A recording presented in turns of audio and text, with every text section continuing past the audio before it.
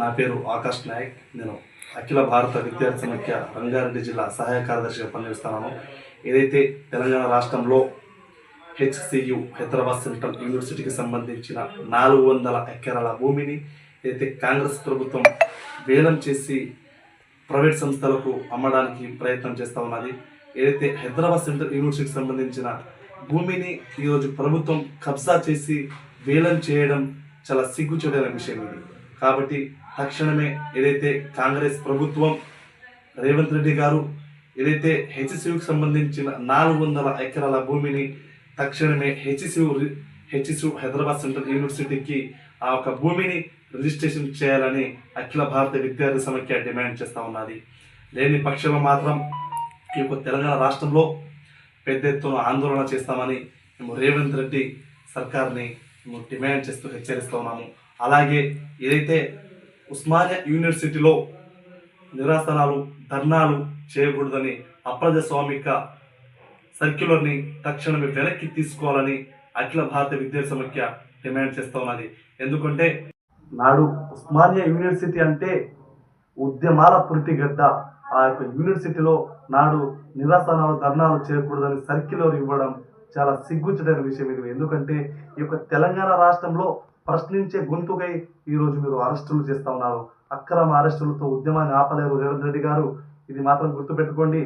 ఏదైతే మీరు ఈ తెలంగాణ రాష్ట్రం వచ్చి విద్యాశాఖ మంత్రికి కేటాయించకుండా ఏదైతే ఉస్మానియా యూనివర్సిటీలో నిరసనలు ధర్నాలు చేయకూడదు అన్నట్టు అలాగే ఏదైతే హెచ్సియులో హైదరాబాద్ సెంట్రల్ యూనివర్సిటీకి సంబంధించిన 400 ఎకరాల భూమిని ఈ యొక్క తెలంగాణ రాష్ట్ర కాంగ్రెస్ ప్రభుత్వం రేవంత్ రెడ్డి రియల్ ఎస్టేట్గా మార్చి దాన్ని కబ్జా చేసి అమ్మే ప్రయత్నం చేస్తూ ఉన్నారు.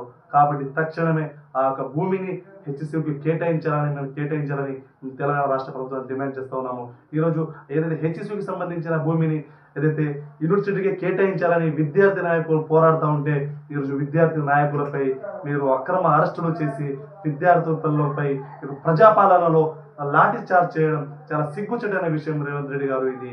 ఎందుకంటే ఈరోజు మహిళలని కూడా చూడకుండా విద్యార్థులపై లాఠీ చార్జ్ చేయడం, ఈరోజు లాఠీ చార్జ్ చేస్తూ ఉన్నప్పుడు విద్యార్థులు స్పృహ తప్పి కూడా కింద పడిపోవడం జరుగుతూ ఉన్నది. అంటే ప్రజాపాలనలో విద్యార్థులపై లాఠీ చార్జీలేనా లేకపోతే అక్రమ అరెస్టులేనా అని మేము అడుగుతా ఉన్నాము రేవంత్ రెడ్డి గారు.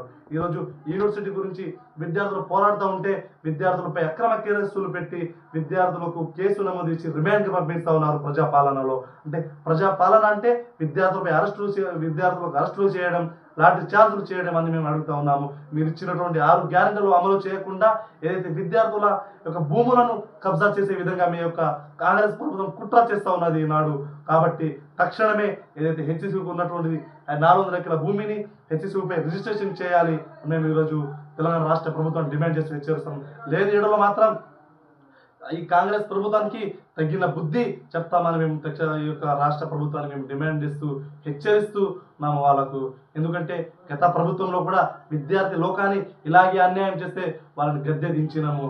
ఇక మీరు కాసుకోండి రేవంత్ రెడ్డి గారు, మీకు కూడా ఇదే గతి పట్టుద్ది అని మేము చెప్తా ఉన్నాము.